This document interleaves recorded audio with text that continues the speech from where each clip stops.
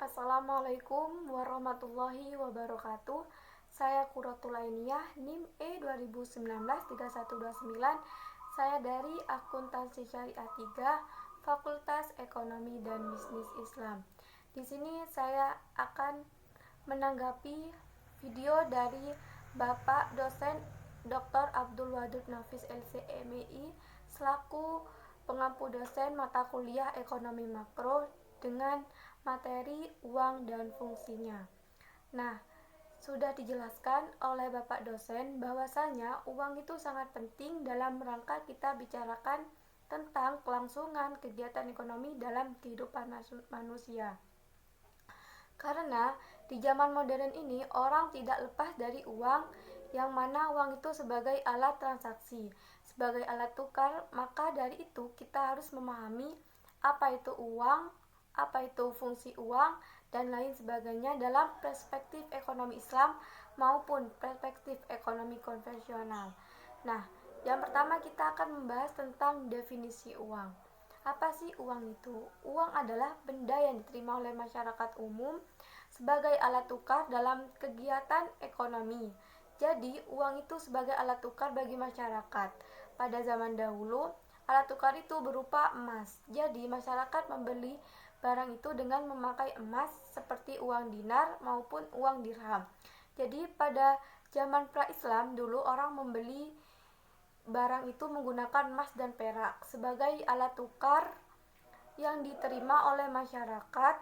Kemudian ditemukan alat tukar itu berupa kertas dan tak lama kemudian berupa elektronik. Nah, itu adalah alat tukar yang diterima oleh masyarakat dalam kegiatan ekonomi. Nah, selanjutnya yaitu jenis-jenis uang menurut bahan pembuatannya itu ada dua ya. Yang pertama yaitu uang logam, yaitu berupa emas dan perak disebut dengan uang dinar maupun dirham.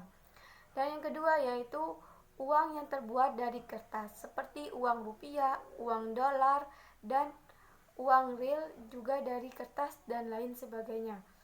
Nah, selanjutnya yaitu jenis-jenis uang menurut lembaga yang mengeluarkan. Yang pertama yaitu uang kartal. Nah, jadi uang kartal itu adalah uang yang dikeluarkan oleh Bank Indonesia, baik itu uang logam maupun kertas. Nah, yang kedua yaitu uang giral. Nah, uang giral ini yaitu dikeluarkan oleh bank, yaitu berupa cek, giro, dan sebagainya. Nah, selanjutnya yaitu menurut nilainya jenis-jenis uang. Yang pertama, uang penuh.